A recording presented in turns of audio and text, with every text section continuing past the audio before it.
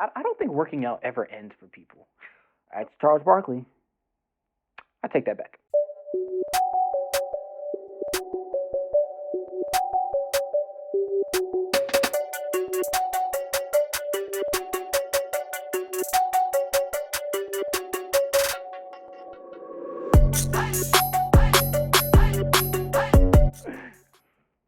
Sportscast crew, welcome back to another week's episode with your host, Mr. ESPN, where we discuss everything sports and the business behind it. I'm here with my boy Doug. How you doing? I'm good, man. Good. I missed y'all, man. Yeah, I mean, you went on a whole tour, vacation. I was on the world tour, bro. I was on the world, but I ain't gonna lie, man. I missed y'all, but I'm always tapping in. Yo, son, I'm tapping in, right? The episode went off. I'm sorry, I'm just going right into it, right? The episode y'all put up last week. Look, I'm gonna tell you right now. One of the greatest men I know, bro, is Jig. I've known Jig, or Jig known me for every second of my life, bro. Look up to this guy. But when he said, "Go to State, go to sweep Boston," I said, "What?" I said, "Maybe them short shorts is too tight. They cutting off circulation everywhere, bro." And I was like, "Yo, there is no way." And this was prior to Game 1. Correct. It's prior to Game 1. I'm like, there is no way that this Boston team that we just seen sweep Kevin Durant and Kyrie, go and beat the reigning MVP and Giannis, and defending champ and Giannis, and then go to and beat superstar playoff Jimmy and the hobbled Heat. Seed. I mean, they were kind of hurt, whatever. But, the number one seed Heat, there is no way this team is going to get swept. No. I have Golden State winning it in 6. However, they're not going to get, but it's in 6, not in 4, not in 3. I said, Jake, what's wrong with you, boy? But anyway, maybe we have a show to get into. We'll get into that stuff later, bro. I'm sorry. But as you guys can see, we do a lot of hot takes on here. So please subscribe, like, and comment, and stay tapped in with us for all future episodes. Yeah, let us know some stuff, man. So, Game 1 of the NBA Finals officially wrapped up. Great game, by the way, actually. Boston, surprisingly, did a complete 360 in the fourth quarter. Don't we have headlines? We sure do. That was my fault. But that's cool. We're going to get to headlines anyway. I just had to teaser in what the episode was. But it's cool. We can get straight to the headlines. First headline. The GOAT of all GOATs. My favorite player. The best player to ever touch a basketball. Not going to go too well when Ken sees this. That's Ken's fault. LeBron James. It's official now. Billy Bron is a billionaire, as he's the first active athlete to still be playing and reach the billionaire status. If you guys, according to Forbes. Yes, according to Forbes. If you guys have listened to a prior episode that we did, I believe last year, we kind of talked about how he got to that status, of the billionaire status. So tune into that. But shout out to LeBron, man. It seems like every year he's taking the bar higher and higher and higher and higher. But he's also opened the pathway to show these new athletes that's rushing in that, hey, you can take care of your business on the court, but you also got to take care of your business off the court. And, you can be just as good. He's a GOAT really off the court now. He's doing things that a lot of athletes, forget athletes, even business people in the business world have not been doing. So shout out to him, shout out to his team, Mav, Ernie, Randy, Rich, and the whole Clutch Sports team, and like they said, the Wolf Pack. But they're doing awesome things. Yeah, to piggyback, before we went on air, we was talking about Kobe, but not the basketball of Kobe, everything else. And so, to kind of see that same, and I'm going to assume, God rest his soul, if Kobe was still here, he would have probably hit that, that mark soon as well. But, to see LeBron kind of carry that mantle as well, love him or hate him on the court, it's your business. But, everything else that he's doing off the court to build his brand, his family, to his boys, his circle, round of applause to that guy. And it's crazy because his son is the number 1 high school earner, too, in the country. I can see that. So it's like, dang, by the time Bronny gets into the league, man, he can retire. Bruh, that's what I'm saying. He could just get drafted and be like, "Welp, that was fun." Exactly. But what's an episode with Dub on it without some NFL news? So let us know what's going on in the NFL world. Yes, I like the fact that you said that, man. If I'm here, we got to talk a little football, just a little bit. You even got your Giants colors, Oh, always, bro. My Giants band stays on me year round. Yo, let me tell you, bro. I got married before, right? As you know. Before? And, yeah, I'm still married to her. That's my shorty, bro. And I remember we had a fight about whether or not I can go up there with this thing. I actually do remember that. Yes. So we compromised, and I just hid it under my sleeve for once. But she didn't want me to tacky up there. But yeah, my Giant stuff is always on me. But yes, Frank Gore, the great Frank Gore, out of the U, has finally called it a career.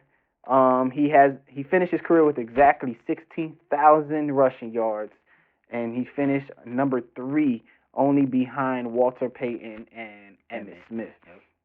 So shout out to Frank Gore. You know, that takes longevity. You know, this is a guy that blew both his ACLs in college, Still bro. played, in college. So, you know, to end up finishing your career pretty much averaging 1,000 yards per season, shout out to that man, Frank Gore. Yeah. But one of my favorite guys retired as well, man. The Ryan Fitzmagic, man. Fitzpatrick, yo, the 7th round pick, man. He did a lot of magic in that career. A 7th round pick out of Harvard. He was not supposed to play as much as he did. All right? He's not supposed to be in the NFL.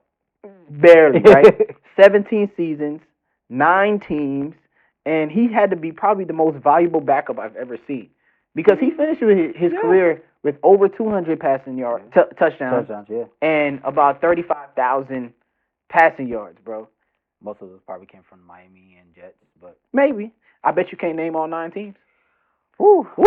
We got Miami Dolphins, Jets, Bucks. Yes. Steelers? No. Never played for the Steelers. No, not Steelers. He was in that division, though. Ravens, Browns, Steelers. Bengals.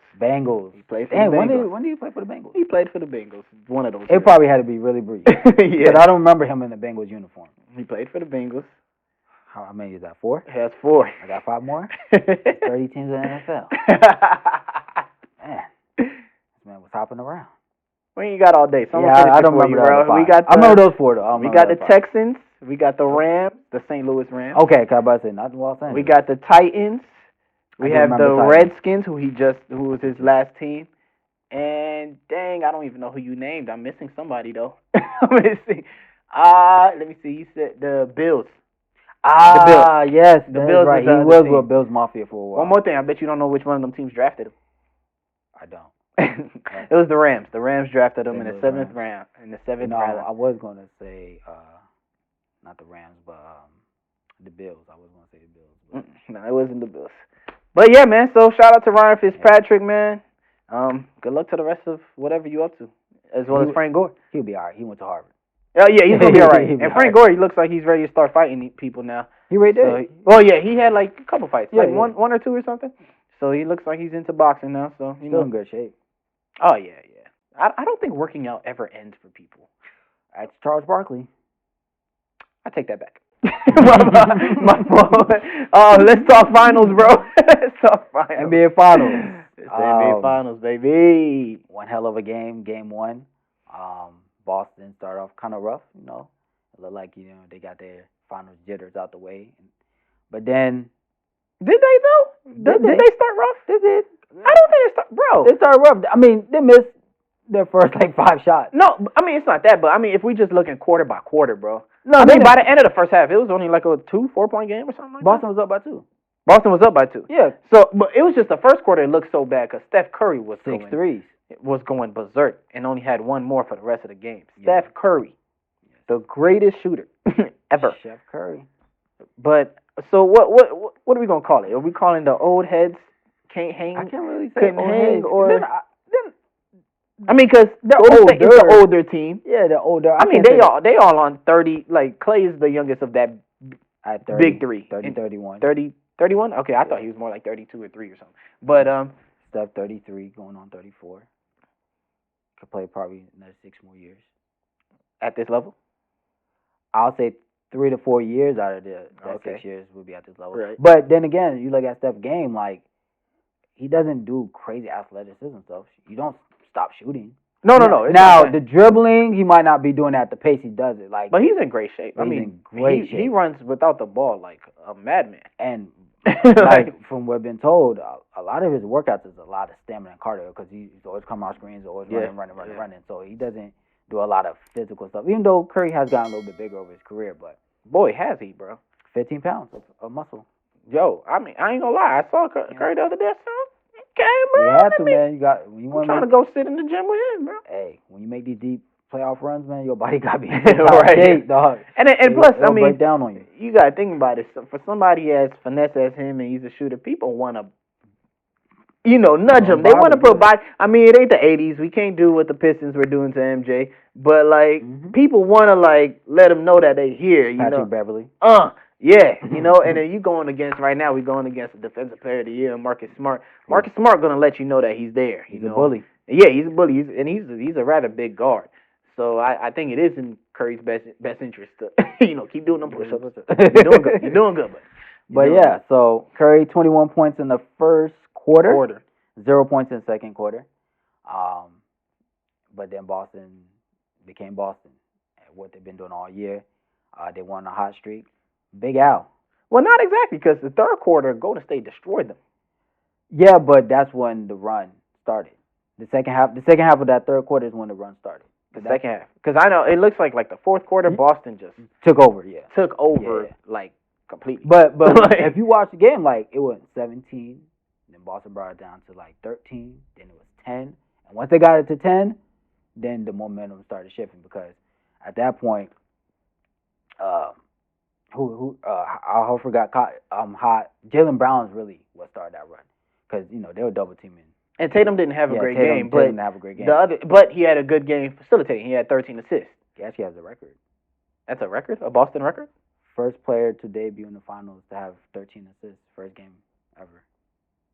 That's nice. Yeah. I mean, but he only had 12 points. Correct. And we want 25 plus from Jason Tatum. Absolutely. Actually, if I remember correctly, on the episode y'all posted last week, you said I said 25 plus from both of them. Both Jays. For both of them. But as we can see, I mean, if Tatum and which I appreciate, your shot is not falling. Absolutely. Your game offensively, your game is scoring wise, your game is off. So what else can you do for me? And 13 assists is something good. That means you just attributed to at least 26 points being put up. Minimum. So that's a good sign. That means even though you're struggling scoring, we still gonna keep you in the game because defensively you're still a problem. Mm-hmm. And offensively we could still run through you in a way. So that I give major props to Jason Tatum for that. Because we were on here a couple episodes ago kind of saying Jason Tatum, there's something about him that's missing. It's that consistency, but if you're going to be inconsistent scoring, you better be doing something else. Yeah. So way to show your value. He's definitely putting the package together. That's the next level for him because now people are seeing him. He's getting to that superstar status, so you're gonna see a lot of more double teams, sometimes even triple teams. Mm-hmm. So, like you said, how you gonna affect the game while you're on the court? Because him being so good is almost like he's a decoy. Whether him just standing there, you gotta pay attention. Yeah, you gotta account for him. So, I like that. Matter of fact, shout out to Eli. He actually said that. He said that will be the final phase of Jason Tatum's game to make him a triple threat player. He obviously can rebound pretty good, obviously with his 7'2" wingspan. Dude is 6'10", solid, bro. Yeah, he grew. People don't know, Jason Tatum is tall. He grew last summer. They said okay, he did get. I was something about him. Maybe he got bigger. They said that at the beginning of the season. They said he grew 2 inches over the summer. That's wild. Like you would think. And look at us, bro. I just need 6 inches. That'd be nice. You need 6 inches? That's it. Where? Everywhere. Oh. Pause. Different podcast. It's a different podcast. Ken's ain't here for that. All right. But yeah, but shout out to Boston though, because a lot of teams would have, they would seen their star struggling, and everybody would have checked out, right? Yeah. But a lot of guys stepped up. Jason Tatum was facilitating. Marcus Smart was hitting threes. Jaylen Brown was getting his shot off. But it helps to have an Al Horford. Yeah, that's the guy. Big Al. Where were you those 8 years in Atlanta? I think it was 9. Whatever it was, he was taking L's. I mean, he ran into LeBron in the Cavs a couple of times. A few times. So that doesn't help. But anyway, that's another topic for another day. But, man. Hey, I mean, Al has, Like, I mean, based off of game one, I guess he could. But in the postseason as a whole, Al is literally that X factor, yes, MVP type. He's been this whole playoffs. He has, because the tone he sets on both ends. I've never even seen him play defense like this. Like, I'm like, well, I have. Here's the thing. I have the thing about Al Horford. He's not the Draymond. He's not the Giannis. He's not the Rudy Gobert. Like, he's not coming in there to throw shots. But one thing Al Horford always been, ever since Florida, he's always been a shot. What did they say? Shot altar. Yeah. He's not going to get 2, 3, 4, 5 blocks a game. He's not going to get 2, 3 steals. But if you come in that lane, you think you got a straight line drive to the bucket. You can make you alter to the right or left, and that's very big. It doesn't show it on the stat sheet, but if you watch film, that could be a difference of somebody getting a layup or not. And then you just get a rebound and go the other way. Other way. So Al Horford has been known for that since Florida, his Florida Gator days. He's always been a sound defense player. That's why you don't see him foul out too many times too. Mm-hmm. He's really actually undersized, but he plays big. He's always had to guard the centers. I hate his jumper though. His jump shot. It's hideous. It is. It looks extremely weird between him and Michael Kidd. But it be going in. So like, I guess I can't hate on it too much, but it goes in. Shout out to Derek White. Derek White, just became a dad. I think last month in May. Yeah. Oh wow. And Trae Young too. Shout out to Tricky Trey. Oh, Trae Young did just become a father like last night or something, right? Damn, right in time for Father's Day coming up. Oh yes, that's stuff. W expecting number 2? No, not by Father's Day, especially. But I mean, once you have at least one, I think that qualifies you for Father's Day. So, we're good here. We're good here. But dude, you made me lose my train of thought, bro. Derek White, yes. Shout out to Derek White. He put up a show. He put up a good showing on game one as well. That's Udoka's guy. Is it? He played with him when Udoka San Antonio. Yeah. I thought so before Brooklyn, because Udoka came from Brooklyn. He was Greg Popovich's assistant. But before that, he was in San Antonio. Good guy. Greg Popovich is responsible for a lot of coaches right now. I mean, a lot of them. I get that. Derek White, man, and I after this finals, his story is going to become very, very important because a lot of people don't know. No D1 offers in high school. Mm-hmm. Yeah, I heard about that. Had to go to a junior college, then finally transferred to Colorado. Played 1 year there. Got undrafted. San Antonio picked him up, developed him, played a little bit with San Antonio. Perfect timing because that was when Tim Duncan was still there. Kawhi was coming along, so he got some playoff experience. Then now, full-fledged, end up in Boston with Udoka. Now he's in the finals. That's cute. That's real cute. So never give up on your hoop dreams, unless you're like me, that you're under 6 foot.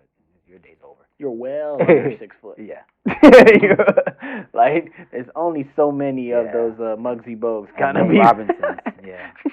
I didn't have a 42-inch vert, unfortunately. Unfortunately. I feel your pain, brother. I do. Cool. I used to be quite the shooter in my heyday. But, anyway. But this series is not over. Nope. Still got 6 more games to go. Potentially. I predict 6 more games. I say Golden State 7. Okay. I'm going to stick with that. I think the first 4 games is going to be tied 2-2 at the end. Golden State is going to win game 2. Boston's going to go home, win their first game. Then Golden State is going to win game 4, and then it's going to be best out of 3. Oh yes, that is how it goes. Yeah. But I got Golden State at 6. What does Golden State need to change for game 2 in your prediction? If you're looking after game 1 for what you've seen, what would you say Golden State needs to change? Personally, I don't know, or I don't think they need to change anything because I know Draymond mentioned this the other day. It was Boston's others that stepped up. They didn't expect Derek White to have 21 points. Mm-hmm. You didn't expect Al Horford to even have his 26 or something like that. I think Marcus Smart added like a good 18 or something like that. So a lot of the others stepped up at perfect timing, of course. Correct. Do I see that happening again? Not too consistently. So I can see it going 7 because they might go back and forth. I wasn't even surprised that Jason Tatum had a bad game. I've seen that all throughout the playoffs. But it's like, I don't know if Golden State needs to necessarily change thing per se, because Curry started off hot. They had the mega third quarter. Somehow or another, Boston just started hitting shots. Third quarter they went 9 for 11 from three, bro. Yeah. And the fourth quarter, Boston went 9 for 11 from three. But they showing. But remember you said that a couple of weeks ago. How many times they're gonna? They've been doing it twice. They've been doing it ever since I said that. So I don't know, man. But it's like it seems so unlikely for that to happen, even though they keep doing it. But it doesn't seem like it's supposed to happen, or else more people would do it, right? So but the fact that it has been happening, I guess, but I can't see that happening again in Oracle, especially maybe in TD, but in Oracle again, this might be Clay and Poole had a really bad game. Correct. Poole hasn't been playing the way. That Poole is dry. That Poole is dry. That was a good one, Kendrick. but shout out to Katie. Yeah. So I just feel like there's no way that can happen again. Correct. But if we're looking at it on paper, Boston almost has the advantage though. They're a much bigger team. They're younger. Yeah. And honestly, if you ask me, I feel like for this postseason at least, they're more battle tested. At least for this postseason. I can see that. Because if we think about it, Golden State played Denver. That was not going to be a series. Atrocious. Exactly. And then they played Memphis, which was okay. But Ja missed some time and whatever. It was okay. And then the third one, Dallas did all the dirty work for them by getting rid of Phoenix. Facts. so and Tim Hardaway didn't play. But so Dallas was going to be a pretty easy matchup as well.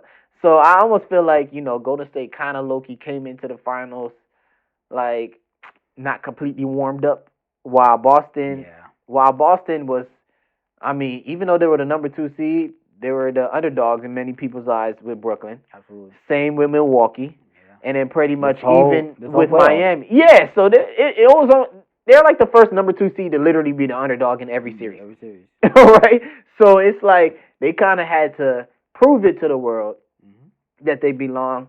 So it's like they seem to be more ready for game 1 than Golden State really was, I guess, to close it out. I think 6 days of rest doesn't help either.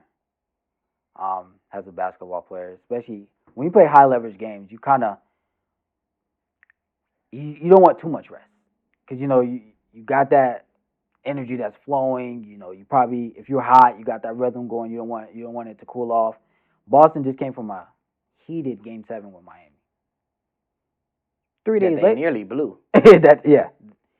Literally 3 days later, Game 1 for them versus Golden State. Stephen Curry was playing golf. See, I don't. He had 6 days of rest, which is nice because now you fresh. But sometimes that could be the downfall of teams in the playoffs. Sometimes rest is good, but too much rest is like going to the gym, man. You take a week off from lifting the weights. You try to go lift 225 on that 8th day. You're like, oh shit, I need to get down to 175 and maybe work myself. See, but I don't believe in that in basketball world per se. You don't think so? The reason why, because one for starters, Golden State is the older team. I would think they want the rest. Rest is great. Like, if I'm Golden State, I love the fact that Boston and Miami went 7 games, beat each other up. But Golden State and Mavs went only 5. Your series was short. But that's what I'm saying. Let me finish my series because I'm on the other end of 30. Look at it. But Boston's big guys are 20. Tatum and Brown is 23 and 4 or something like that, right? 24, 25. Okay. Golden State's big guys are 33, 34, like a solid 10 years older than them. Yeah. So to me, I'm like, let me hurry up, finish with Dallas. Mm-hmm. You go beat each other up in Miami, Boston. And I can realize, dude, Curry's on the other side of 30. Dude got like 3 kids, bro.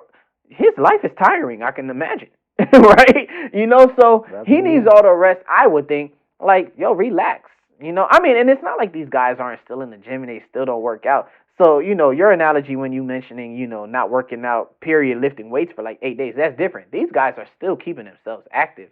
Just because they're not playing on live television in front of a crowd of 50,000 doesn't mean that they not shooting every day. Curry, I'm sure, takes 200 shots before breakfast. So they're in shape. I just think, I don't think Golden State minds, and I'm sure. I mean, in my opinion, if you give them another chance to rest for 6 days, I'm sure they'll take it again. Like, no, I mean, anybody would take the rest, but I'm just looking at Golden State's style of play. They're a finesse team, high level shooting, highly finesse, not really physical.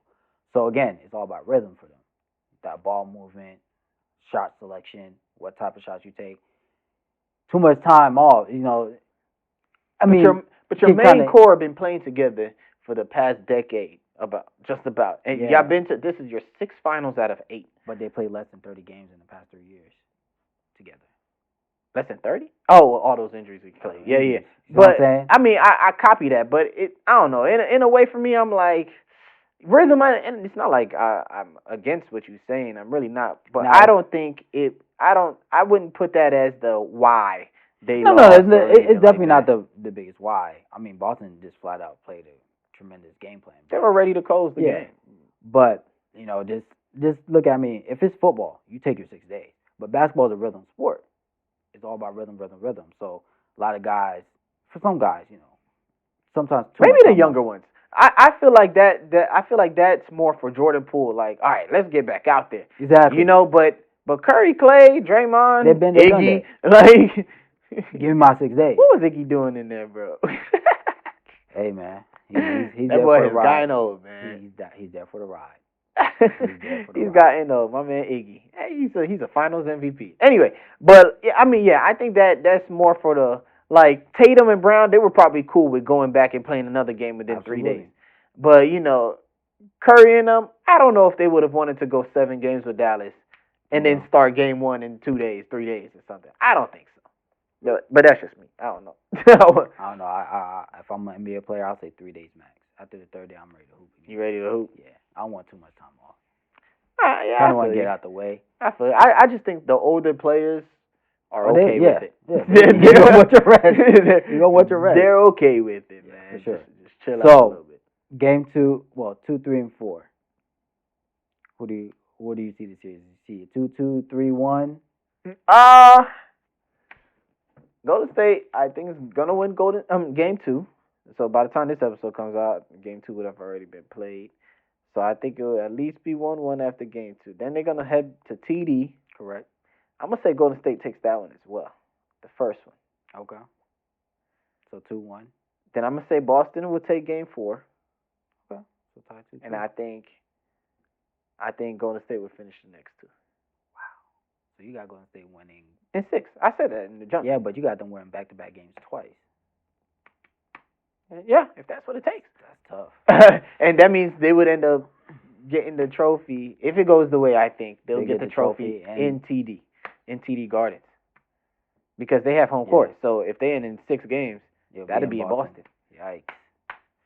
I'll put a sour taste in their mouth. I'll be cool with it. I don't like Boston sports, period, bro. I know you. So, but it's, I have a hard time. Like, back when Paul Pierce or someone was playing, ew, right? But I like Tatum. I like Brown. Brown's from Cobb County, like me and you. Right here. Right, and I actually seen Jaylen Brown in high school, which is crazy. Yeah, so I'm like, man, I like those guys, but I just hate Boston. I like Tatum. I just hate the school he went to. I like Jaylen Brown a lot. He's a Cobb County native, of course. Yes, sir. But this tandem could really, really, really be dangerous. It's cute. It really is nice. It really could be dangerous. Like, has all the wing player tandems we've seen probably in the past decade or so, at their trajectory, they could be something real serious. You know what I love about them? I love the fact that they're the 2 top players, but they are 2-way players. Absolutely. And you know what I find a lot of times that, of course your team will have your superstar or whatever. He or may not be a 2-way player. Yeah. We got, let's say, Dallas. People seek out Luka defensively, Even Golden State, you might seek out Curry or something like that. And I really don't even think Curry's that bad of a defender, but whatever. You might seek him out. But, a lot of times they are one or the other. Draymond is more defensively than offensively. Absolutely. But Clay is the sound defender. The sound of both. He's pretty much a 2-way. So I don't know. And I think that's the edge that Boston kind of has is like their top 2 players are two-way players. Mm-hmm. And even though Marcus Smart is a lot defensively, but he can still give you 15, to 19 points or something. So it's an interesting matchup. It is. It might be. I mean, this might be one of the most difficult ones that Golden State has had to. I mean, of course, they took the loss to LeBron and them, but I'll say second. But this is tough. This one is tough, and it's oddly tough because you kind of expect to have a hard time with LeBron and whoever else is on his team because LeBron is the GOAT in some people's minds or whatever. But Boston is the way they can match up with 1 through 5 is insane. They can switch, bro. Anybody. Robert Williams is a big, but he's young, so he can run with anybody he wants to run with. So it's an interesting predicament, bro. You're right. And it helps that youth is on their side. You can run with them all day. Right. And they're physical, so you can beat them up. But before we go, we're going to try a new segment today.